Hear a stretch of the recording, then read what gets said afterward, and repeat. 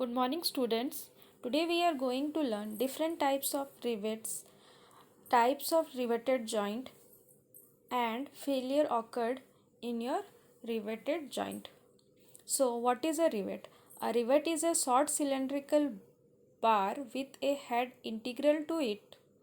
The cylindrical portion of rivet is called shank or a body, and the lower portion of shank is known as tail. It is used as a permanent fastening between plates such as structural work, shipbuilding, bridges, tanks, and boiler shell. So this is a diagram of a rivet. The upper portion is your head, middle portion is your shank or a body, and the lower portion is a tail. Next, types of rivets. This is a solid type of rivet. It consists of head and shank.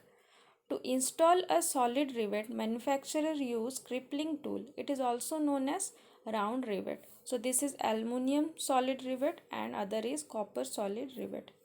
Next is your structural steel rivet. Structural steel rivet features a similar design as your solid rivet, but they are designed specifically for use in high stress commercial construction applications like bridges, high rise building, storage shed.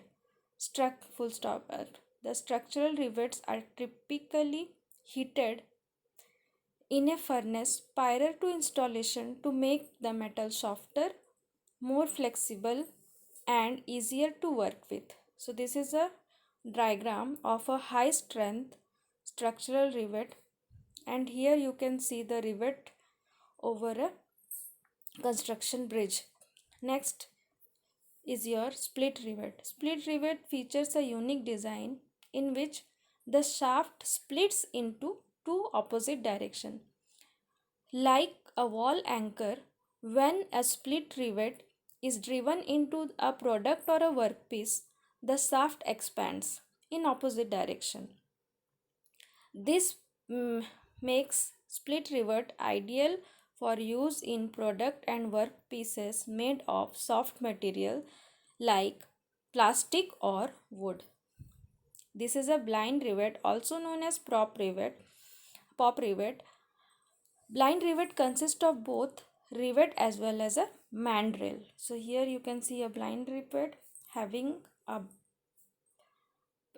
mandrel. Next is your flush rivet.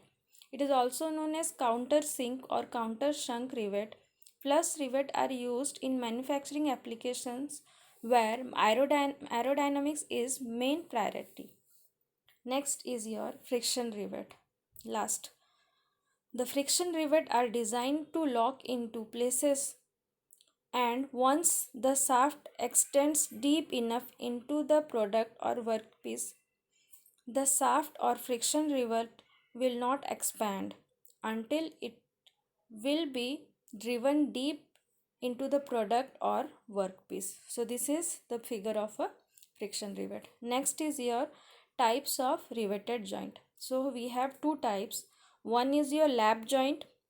A lap joint is that in which one plate overlaps the other and the two plates are riveted together. So one plate when overlap other and they both are riveted, they make a lap joint. So here you can see a single riveted lap joint. Next you can see second figure number B, double riveted lap joint, and the third one is double riveted lap joint zigzag riveting. So here you can see the rivets are in zigzag form.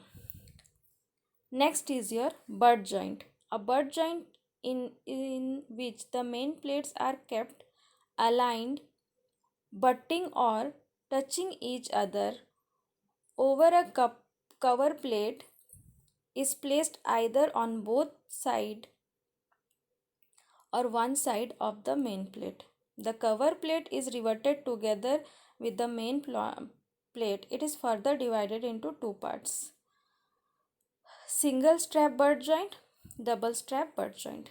In single strap butt joint, the edges of the main plate butt each other and only cover plate is placed on one side of the main plate and then riveted together. In double strap butt joint, the edges of the main plate butt against each other and two cover plates are placed on both sides of the main plate and then riveted together. So you have a clear idea when you see the diagram. So here you can see this is a single riveted double strap butt joint. So here you can see the two plates are kept in alignment with their edges touching each other, and you have a double strap, that is two main plates are put up in the upward side and in the downward side. So this is a single riveted double strap butt joint. Next, in this diagram, double riveted double strap butt joint is there. So double riveted means we have two rows of rivets here which are placed with their edges touching each other, and two cover plates are placed, one above and one other one below.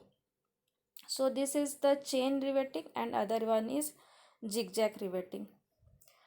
Next, we have seen some terms like P, PB and PD.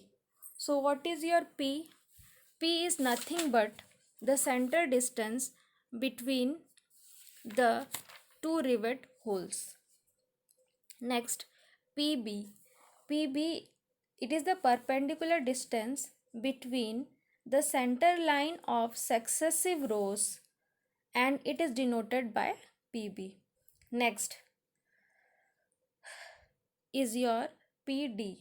It is the distance between center of rivet in adjacent rows zigzag riveted joint. So it is the center distance between the two zigzag riveted joint. So here we end different types of different types of riveted joint. And next we will see what are the failure that occur in a riveted joint. Thank you.